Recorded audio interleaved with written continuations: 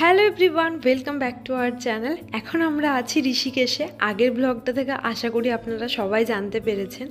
আর ঋষিকেশের একদম লক্ষ্মণ ঝুলার রোডে, লক্ষ্মণ ঝুলার পাশেই আমরা ছিলাম।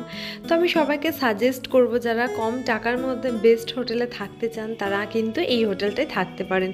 আমি ডিটেলস ডিসক্রিপশন বক্সে দিয়ে দেবো।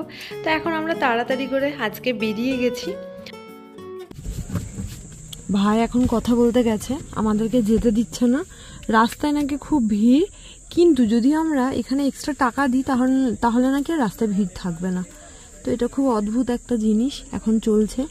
জাস্ট ঋষিকেশ থেকে বের হয়েছি আর এরকম এখন প্রায় আমরা 10 মিনিটস ওয়েট করছি। দেখা যাক ভাই লাস্ট অব্দি কি জেনে আসে। আজকে আমাদের যাওয়ার কথা ছিল গঙ্গোত্রী, কিন্তু যাত্রা শুরু হওয়ার আগেই পুরো প্ল্যান আমাদের ভেস্তে গেল।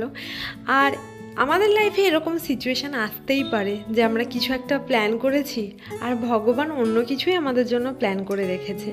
কিছুটা রাস্তা যাওয়ার পরেই পুলিশ আমাদেরকে আটকে দিল যে গঙ্গোত্রী যাওয়া যাবে না, ওখানে নাকি 4 দিন ধরে রেকর্ড সংখ্যক গাড়ি রাস্তায় আটকে আছে, খুব বাজে কন্ডিশন, তাই এখন আর যেতে দেওয়া হচ্ছে না। আর পরে জানতে পারলাম 20 বছরের রেকর্ড নাকি এই বছরই ভেঙে দিয়েছে। তো রেকর্ড ভাঙার জন্য আমরা আসিনি, আমরা অজান্তেই গোমুখ, কাঁচিধাম আর তুঙ্গনাথের প্ল্যান করেছিলাম। আমরা এখন একটা জায়গায় দাঁড়ালাম, ওই যে নিচে দেখা যাচ্ছে গঙ্গা মা যাচ্ছেন। আর এখান থেকে আমরা এরকমভাবে শশার প্লেট মানে ক্ষীরার প্লেট এখান থেকে আমরা কিনেছি, মিক্সড করে দিয়েছে। আমি আর পিঙ্কি এখানে দাঁড়িয়ে খাচ্ছি, বাকি সবাই খাওয়ার দোকানে ঢুকেছে। আর এই যে এখানে বিক্রি হচ্ছে শশা। জাস্ট আমরা খেয়ে দিয়ে আবারও বেরিয়ে যাব।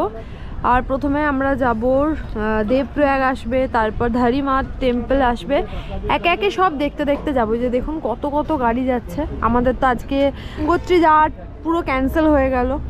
ওখানে লাস্ট 4 দিন ধরে রাস্তায় মানুষ পুরো আটকে আছে, এরকম একটা বাজে কন্ডিশন। সেই হিসাবে আমরা কিন্তু গঙ্গোত্রী গেলাম না, আমরা এখন যাচ্ছি চোপতা যাব।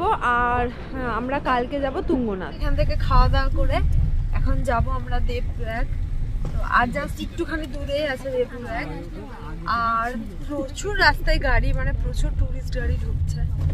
তো দেখা যাক কি হয়। দেবপ্রয়াগে যদি নিচে আজকে নামা যায় তাহলে সেটাও নামবো, দাদাকে বলবো। লাস্ট 2 মাস ধরা করা প্ল্যান জাস্ট কয়েক ঘন্টার মধ্যে পুরো ভেঙে গেল। তো যা হয় ভালোর জন্যই হয়, সেটা ভেবে আমরা আবারও আমাদের প্ল্যান বানিয়ে ফেললাম। আমরা ভাবলাম সবার প্রথম আমরা তুঙ্গনাথ যাব, বাবার দর্শন করব, তারপর বাবা যা চায় সেটাই হবে। এই ভেবে আবারও সবার মুখে স্মাইল চলে এলো এবং আমরা আমাদের জার্নি উপভোগ করতে থাকলাম। আমরা এখন যাচ্ছি দেবপ্রয়াগে, একদম নিচে নেমে দেখব। ওই যে এইটা দিয়ে ব্রিজটা দিয়ে ক্রস করতে হবে, করে ওই দিক দিয়ে আমরা একদম ওখানটায় যাব, তাহলে পুরো দেবপ্রয়াগটা একদম নিচ থেকে দেখতে পাবো। তো চলুন আমরা তাড়াতাড়ি যাই।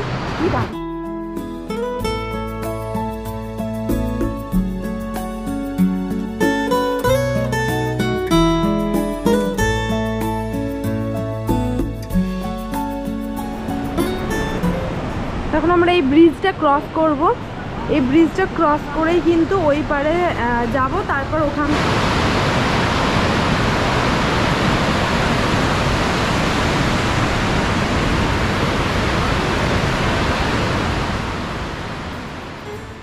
পঞ্চপ্রয়াগের একটি প্রয়াগ দেবপ্রয়াগ। আর এখন আমরা সেখানেই দাঁড়িয়ে, যেখানে অলোকনন্দা এবং ভাগীরথী নামে 2টি নদী একসাথে মিলিত হয়ে তারপর গঙ্গা নামে বয়ে গেছে। তো আমরা চলে এসেছি দেবপ্রয়াগের, একদম প্রয়াগের ঠিক মিলনস্থলের জায়গাটাই চলে এসেছি, আরও কাছে যাচ্ছি।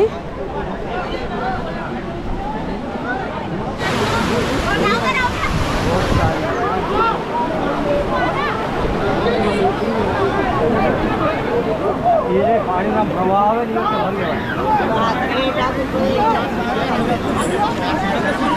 बहन लेके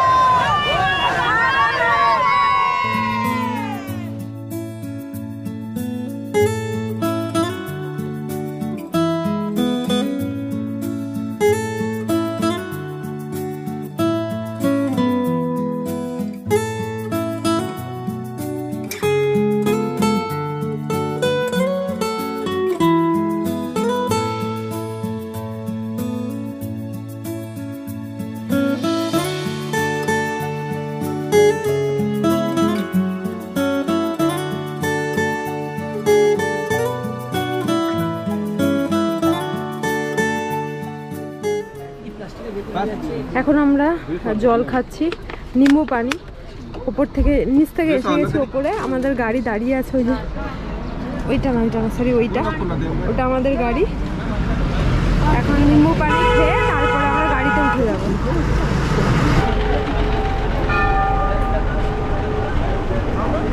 তা এখন আমরা এসেছি ধারী মাতা টেম্পলে, তো এখন আমরা মন্দিরে যাচ্ছি।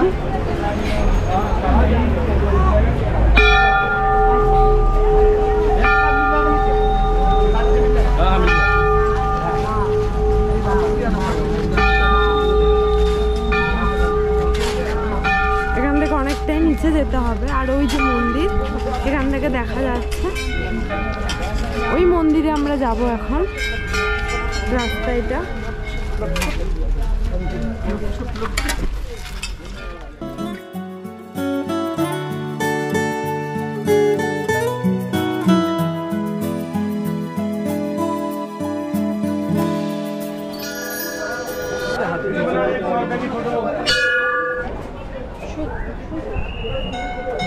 আমরা পুজোর ডালি নিয়ে নিয়েছি, পুজোর ডালি নিয়ে এখন আমরা যাচ্ছি।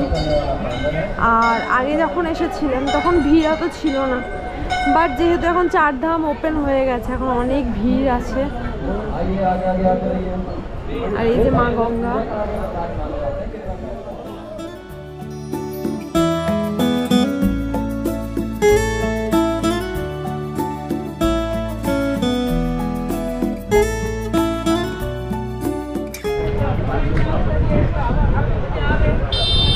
এটা হলো রুদ্রপ্রয়াগ, অলোকনন্দার মন্দাকিনী।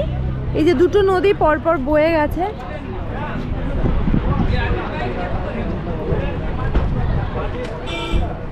আর এই যে আমাদের গাড়ি, আমরা সবাই নেমে এখানে দেখছি। আর দেখুন পাহাড়ের মধ্যে কত কত বাড়ি, প্রচুর জনবসতি এখানে, প্রচুর। আর কত ভিড় দেখুন রাস্তায়, এক একটা জায়গায় জ্যামেতে অনেকটা করে টাইম লেগে যাচ্ছে। খুব সুন্দর লাগছে, ঠান্ডা একটা হাওয়া বইছে। আমরা এখন যাব। আর প্রচুর সাধু সন্ন্যাসী দেখলাম, যারা এরকমভাবে দেখুন খালি পায়ে মানে রাস্তায় হেঁটে হেঁটে যাচ্ছে দর্শনের জন্য।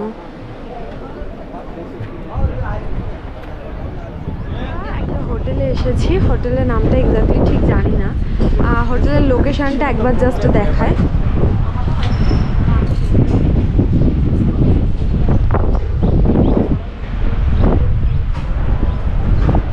এই যে এটা হলো হোটেলের লোকেশন। আর আমরা অর্ডার করেছি ভাত, কড়াই মাশরুম, কড়াই পনির, এরকম টাইপের অনেক কিছু অর্ডার করেছি। আমরা ভেতরে আছি কারণ বাইরে একটু রোদের তাপ আছে। বাট দেখুন এই জায়গাটায় কিন্তু সন্ধ্যের পর দারুণ লাগবে। আমার মানে প্রচণ্ড টেম্পারেচার বেশি, শীত শীতকালে এলে এটা থাকে না, শীতকালে একদম ঠান্ডা ঠান্ডা পরিবেশ থাকে, বাট এখন টেম্পারেচার বিভৎস। চলুন আমরা হাত ফাত ধুয়ে নিই।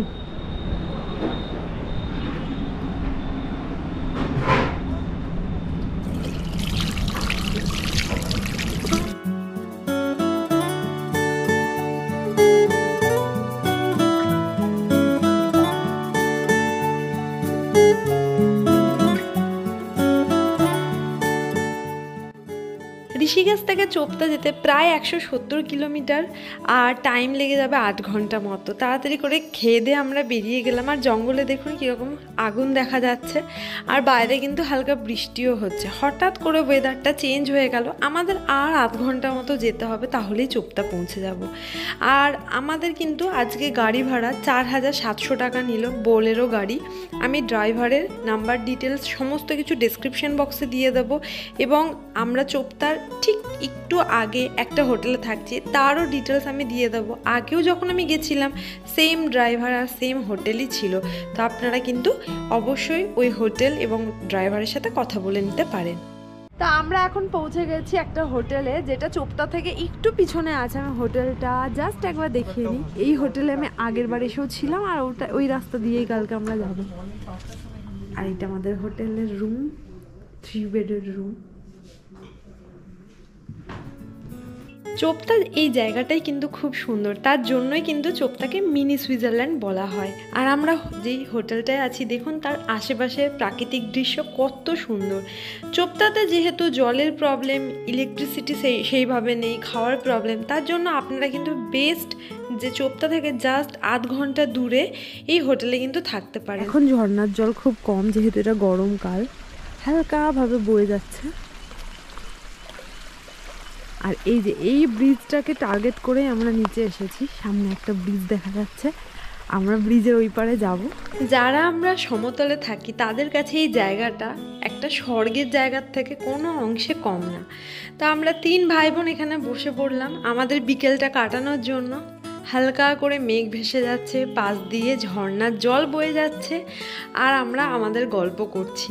তো সত্যি এটা একটা অসাধারণ মুহূর্ত, যেটা আমাদের ক্যামেরাবন্দি হয়ে থাকবে সারা জীবনের স্মৃতি হিসাবে।